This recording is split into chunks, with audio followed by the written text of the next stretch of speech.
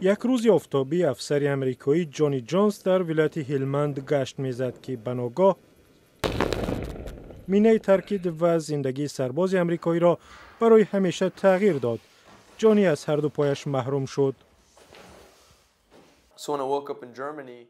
وقتی در آلمان بیدار شدم، نخستین فکری که به سرم زد این بود که آیا زانو دارم؟ یک زانو کمک زیادی میکند. اما پرستار آشکارا گفت که من زانو ندارم، ولی صحتم و میتوانم راه بروم و زندگی کنم. جانی 8 سال در صف نیروهای دریایی امریکا خدمت کرده به عراق و افغانستان هم سفربر شده است.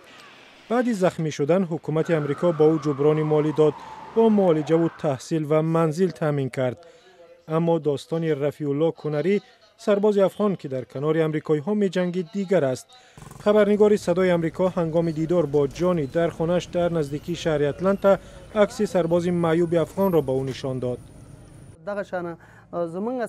آرزو دارم روز کسی مثل اینها به من کمک کند که با پای خود راست شوم، مثل جانی از عهده خود برایم. اگر ما در همین وضع بمانیم، با این مشکل زیاد نمیتوانیم زندگی را پیش بریم. با گفته بعضی از مقامات افغان، سربازان باید از حکومت نفقه بگیرند، اما رفیع الله میگوید هیچ پول نگرفته است. جانی جونز به هم تقدیر افغانش که با مشکلاتش تنها مانده است احسان میخواند.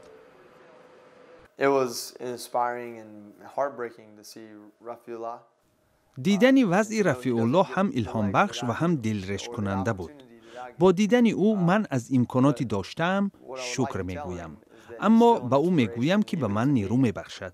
هر عذابی که نکشیده است ولی زندگیش را ادامه میدهد. رو به گدایی نآورده است. از چشمانش معلوم است که او مبارز است.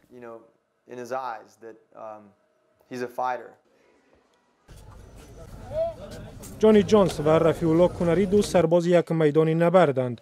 هر دو برای مطابق شدن با زندگی بیرون از ارتش با چالش‌های نو روبروند.